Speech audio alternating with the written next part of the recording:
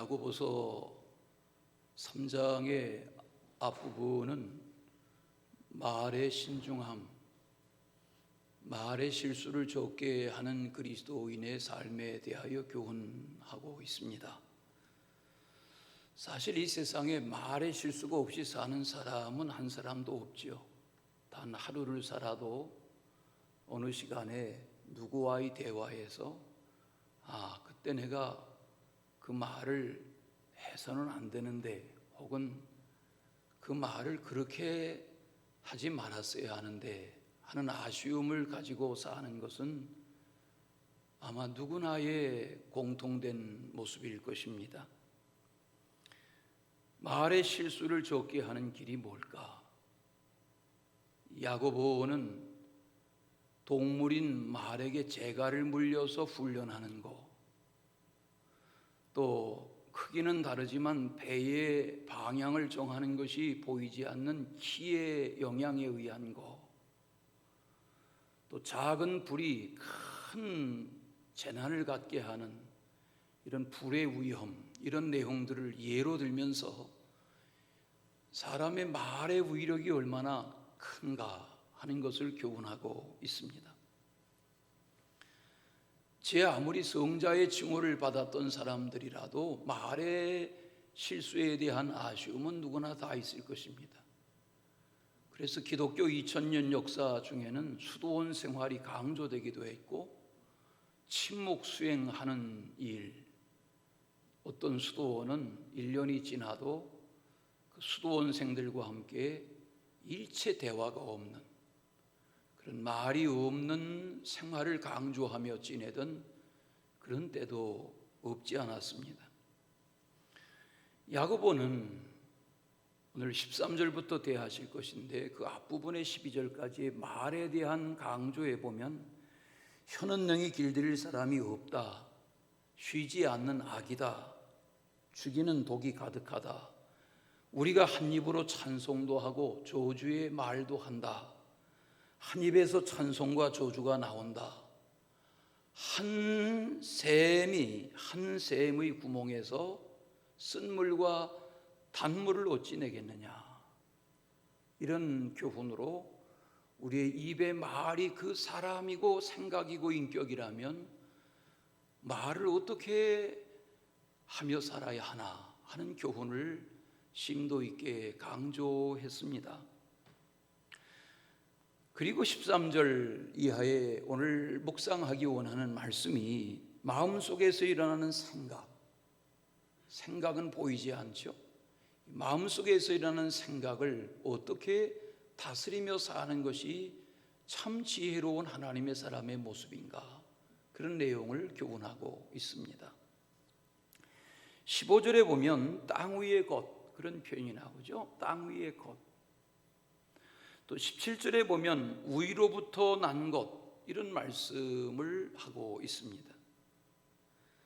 도대체 땅에서 난 것이란 뭘 말씀하는 것이고, 위로부터 임하는 것은 뭘 말씀하는 것인가, 그런 질문을 가지고 오늘 말씀을 차례대로 몇 가지 묵상하려고 그럽니다. 첫째는 땅 위의 것들이란 뭐냐 하는 거죠. 땅 위의 것은 위로부터 내려오는 것이 아니다 그랬습니다. 땅 위의 것이요, 정욕의 것이요, 귀신의 것이다 그랬습니다. 무엇이 그렇다는 겁니까? 스스로 지혜롭다 하지만, 스스로 잘난 체 하지만, 스스로 총명하다 여기지만 그 열매가 선하지 아니한 것들은 하늘로부터 임하는 지혜의 열매가 아니다, 결과가 아니다, 그런 말씀하는 겁니다.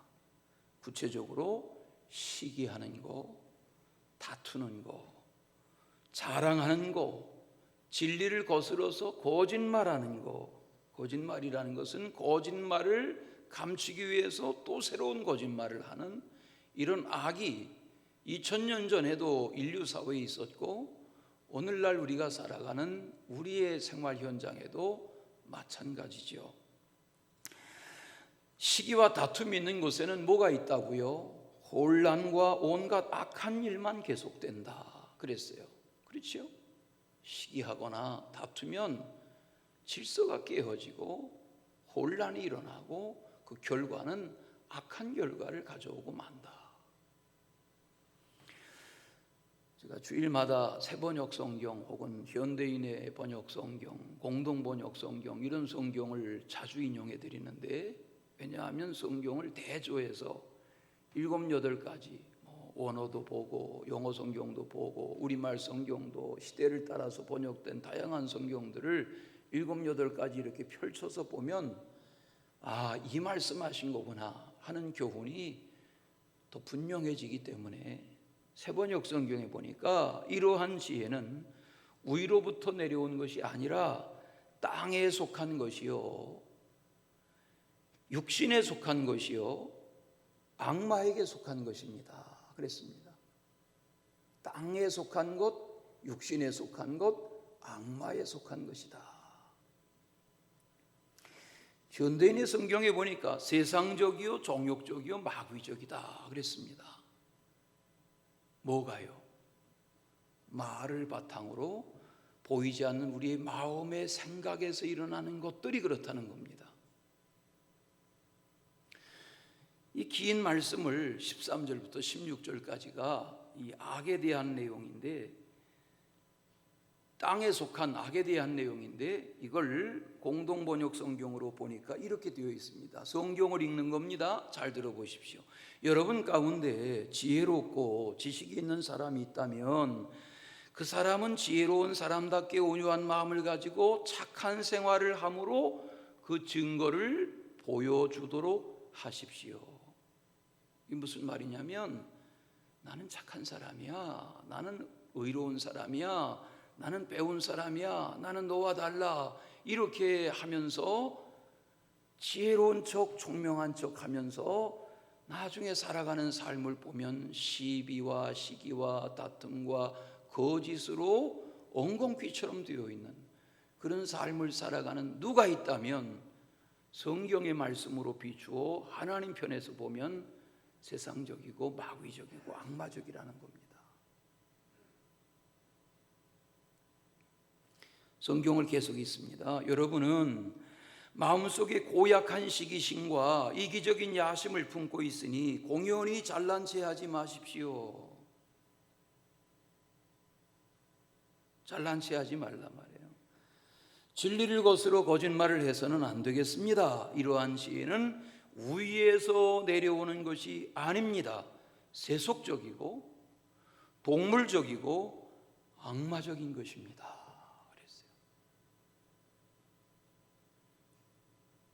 그러므로 우리가 가정에서든 교회에서든 또 학교 생활을 하는 어린 자녀들에게든 이걸 가르쳐야 합니다.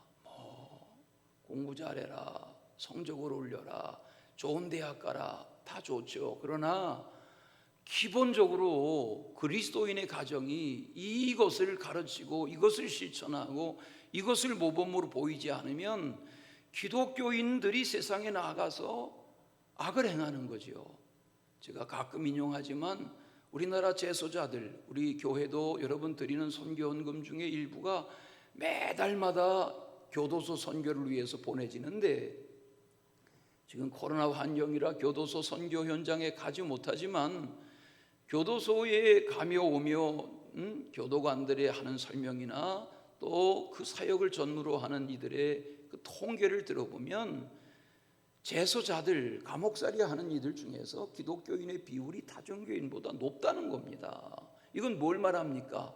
기독교인들이 기독교인 행세하며 온갖 동물적이고 악마적인 악에 빠져 있다는 거죠.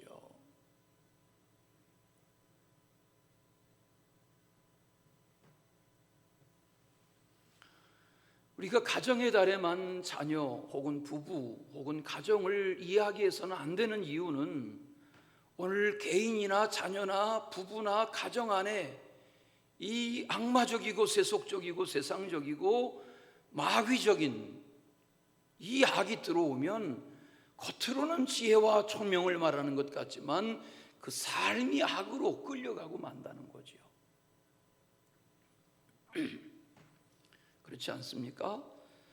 세상 나라는 안과 밖이 나라 안의 일이든 국제적인 일이든 다 탐욕, 자기 국가, 자기 민족 이걸 우선시해서 탐욕으로, 동물적으로, 세속적으로, 세상적으로, 마귀적으로 돌아갑니다. 지난 주중에 새벽 기도를 날마다 하신 분들은 또 날마다의 묵상 분량을 사사기의 지금 마지막 분량으로 내일까지가 끝인데, 사사기의 그 방대한 21장의 분량 중에 지난 주중에 18장, 19장, 20장 이렇게 날마다의 분량을 묵상해 온 분들은 아시죠? 340여 년 전에 3400여 년 전에 사사시대가 어떻게 300여 년 동안 흘러갔나, 그 사사시대의 말기에 어떤 일들이 있었나. 레위 사람이 범죄합니다. 레위 사람이 누굽니까? 아론과 그의 가족들이 레위의 지파입니다. 모세가 레위 지파입니다. 성막을 섬기는 거룩한 부르심을 받은 지파입니다. 레위 지파 사람이 첩을 맞아들입니다.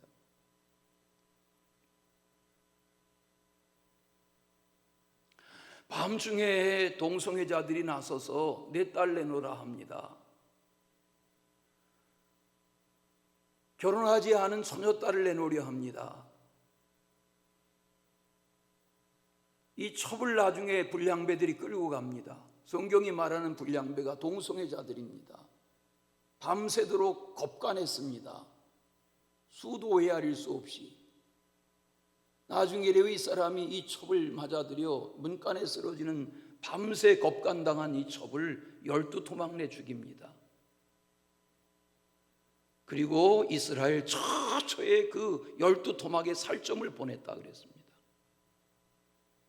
요즘 신문에서 보는 살인, 토막살해, 무슨 동성애 이런 사건들이 3000년 전에 다 있었습니다. 뭘 말합니까?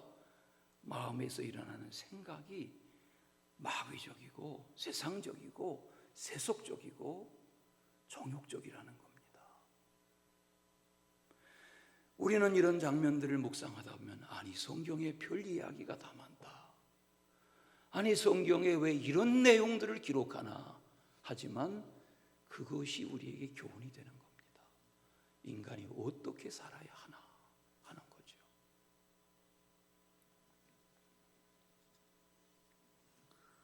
지금 설명하는 내용들이 오늘날로 말하면 신문과 뉴스, 인터넷 뉴스에 도배될 사건들이 아닙니까? 사건 뉴스로 그런 일들이 성경에 고스란히 담겨 있습니다. 어떤 시대에 이런 일이 있었다. 누구에게? 하나님의 선택받은 민족 이스라엘 백성들 안에.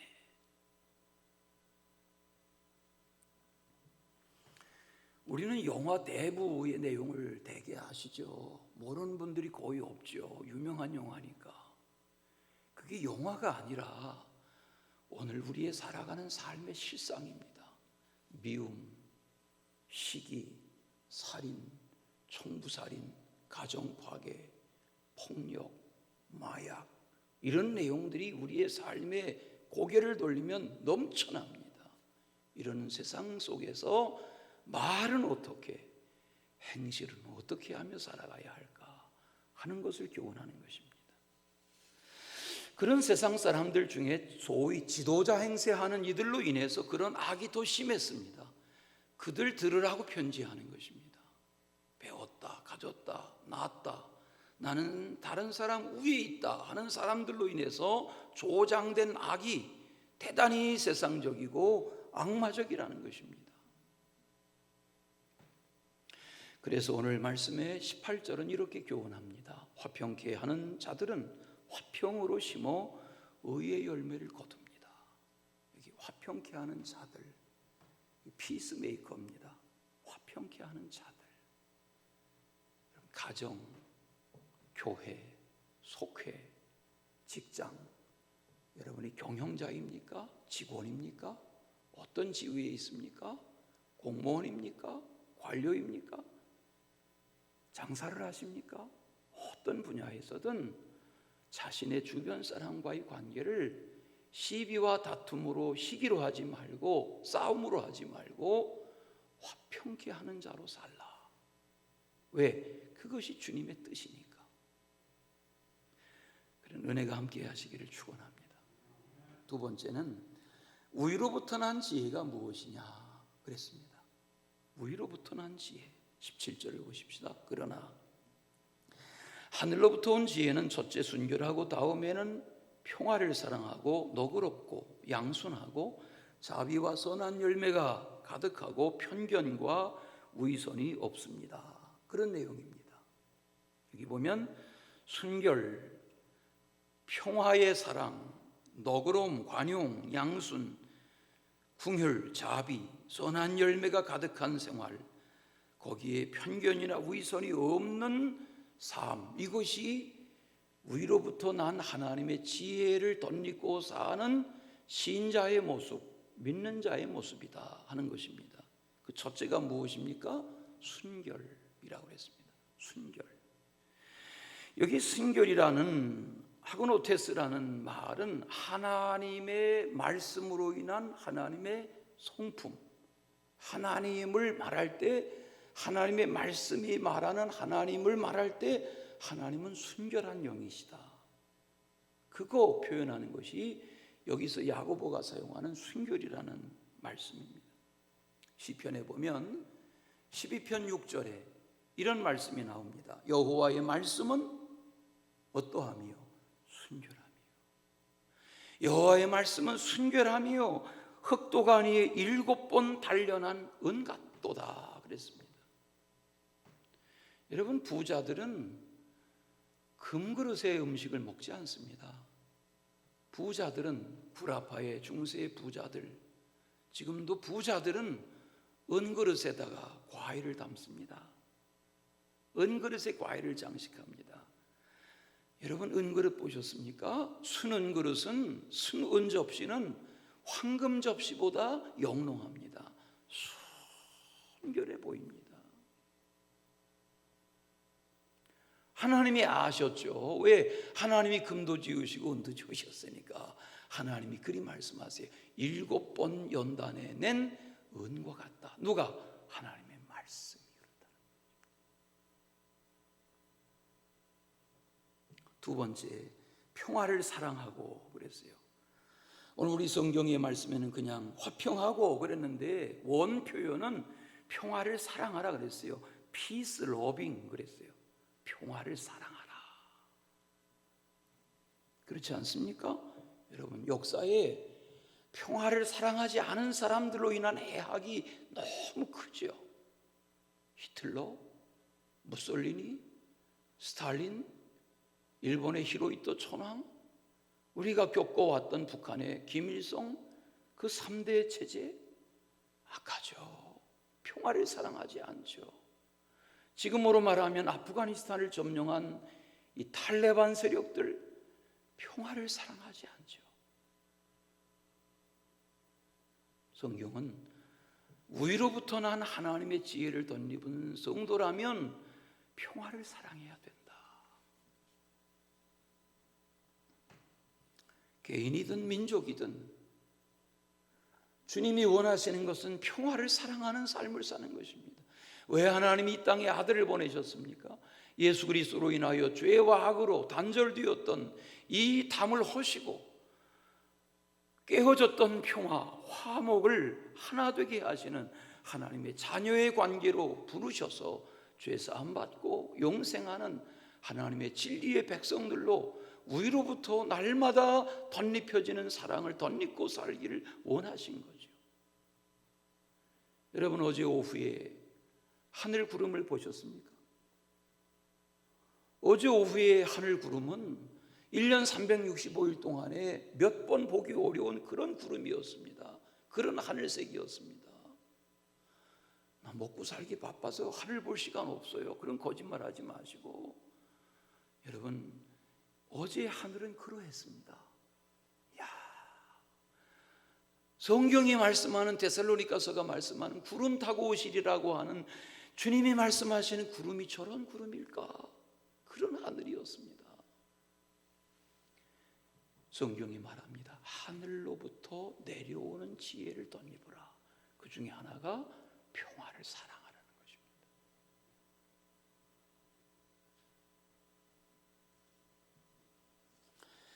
예수님이 이 땅에 계신 동안에 평화를 사랑하셨습니다. 그래서 병든 자, 각색병자, 귀신 들린 자, 심지어 죽은 자, 배고픈 자, 헐벗은 자, 저들 곁에 가서 저들이 목말라 하는 평화를 해결해 주셨습니다.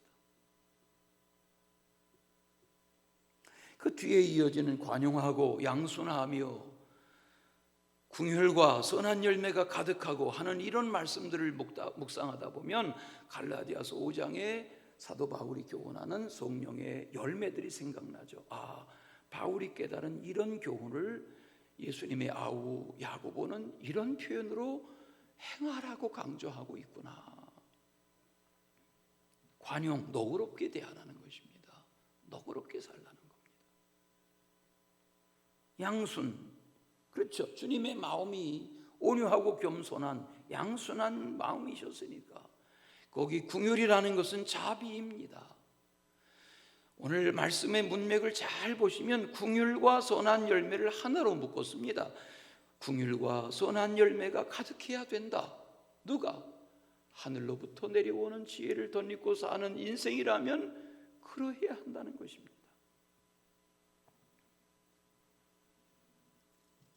열매를 보아서 그 사람을 아는 것입니다. 오늘 말씀에도 그런 내용을 교훈하지 않습니까? 13절부터 읽으셨는데 12절을 보시겠어요? 거기 보면 나무와 열매를 말합니다. 12절, 무화과 나무에서 감람 열매, 포도나무에서 무화과를 맺겠느냐? 그럴 수 없다는 겁니다. 나무마다 그 나무의 열매로 그 나무를 안다는 겁니다. 이 계절은 열매로 말하는 계절이죠. 올 한해 코로나 핑계대고 내가 봄, 여름 코로나 핑계대고 믿음의 사람으로 어떻게 살았는가? 열매로 말하는 거죠. 내가 얼마나 말씀 생활, 얼마나 기도 생활, 얼마나 주를 섬기며 얼마나 복음을 전하며 얼마나 주의 나라 확장을 위하여 어떻게 살아오고자 하며 이 계절을 맞았는가?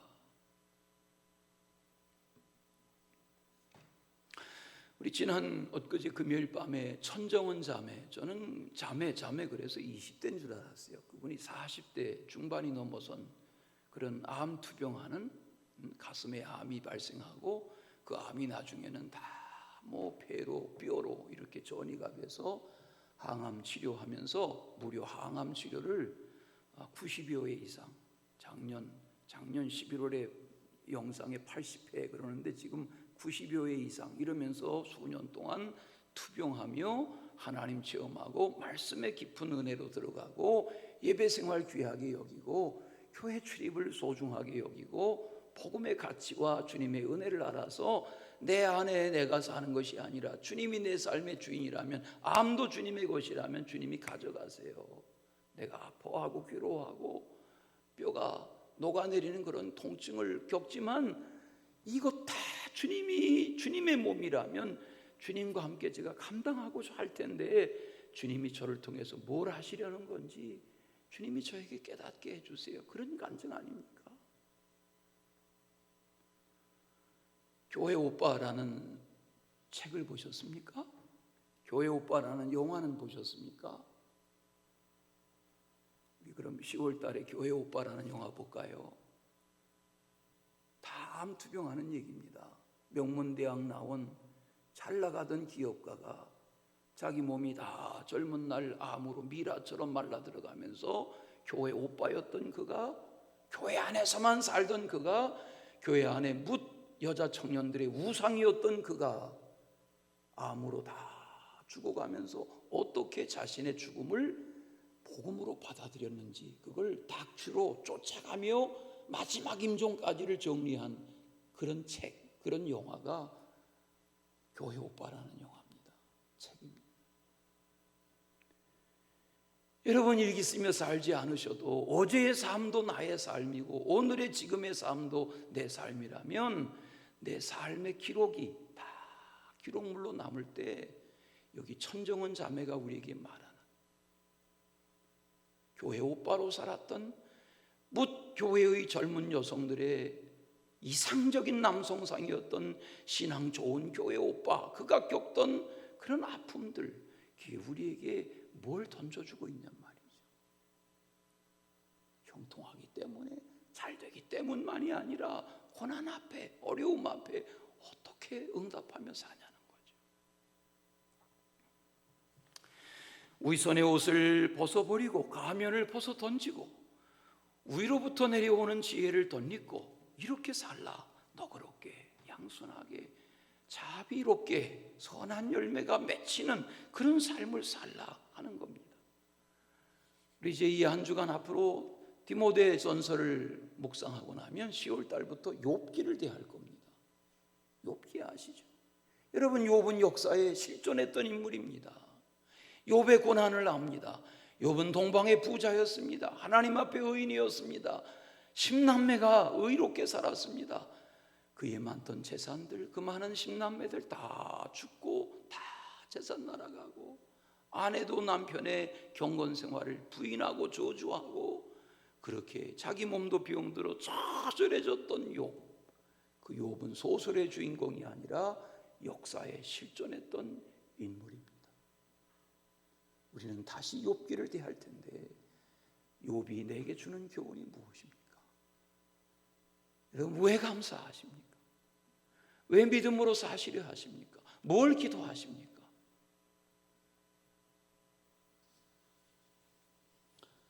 예수께서 말씀하십니다. 진리를 알지니 진리가 너희를 자유케 하리라. 진리를 알지니가 뭡니까? 이렇게 차근차근 묵상해 가는 말씀의 교훈이 내게 깨달아지면,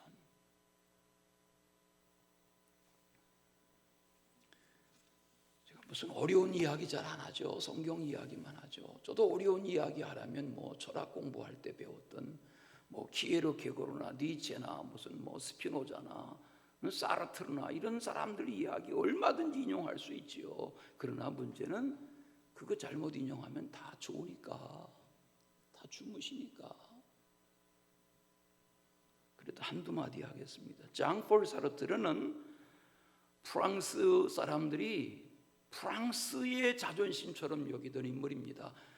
지난 20세기에 1905년에 나서 1980년에 75년을 살았던 그런 시대적인 실존주의, 이런 용어 쓰면은 여러분 재미없잖아요. 예? 실존주의라는 말은 하나님은 무슨 하나님, 이렇게 살아가는 사람들이 실존주의입니다.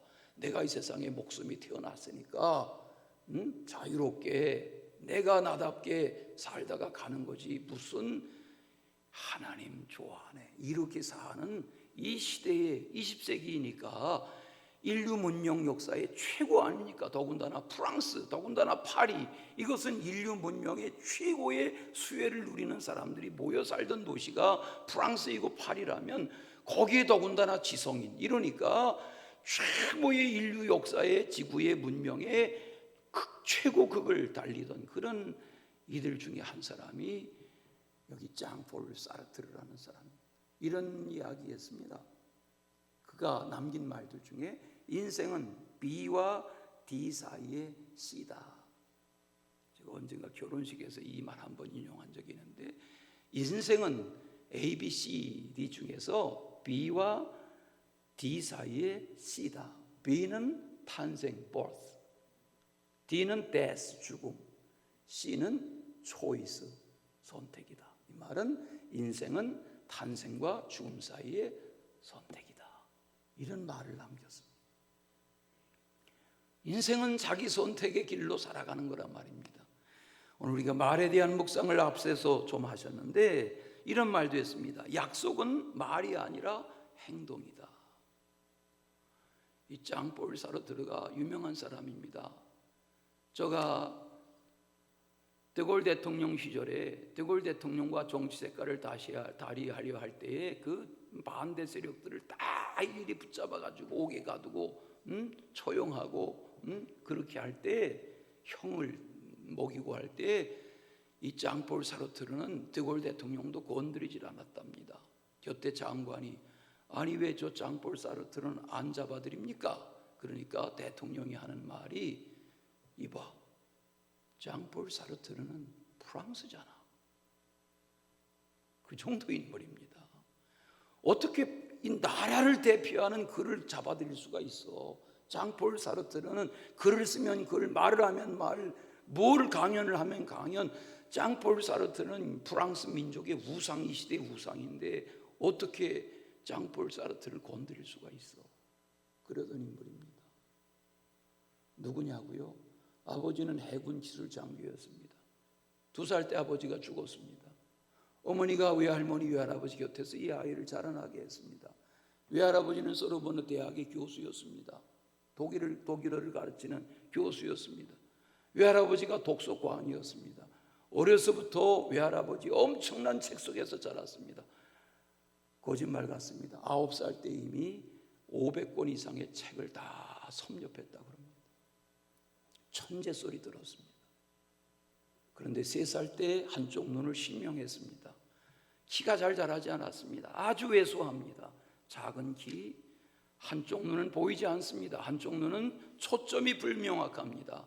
그런 왜소한 열악한 외모로 성장했습니다. 그러나 그는 남달랐습니다. 그는 책 속에서 자랐고 그를 대학 교수였던 외할아버지가 엄청 사랑했습니다. 외할아버지가 누구냐 알고 보니까 외할아버지는 알버트 슈바이처, 우리가 아는 아프리카의 성자 알버트 슈바이처의 큰아버지입니다. 그러니까 이 장폴 사르트르의 엄마가 알버트 슈바이처와 사촌입니다. 친정에.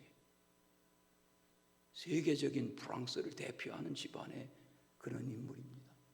그런데 이 사람 생애를 쭉 보니까 결혼을 반대합니다.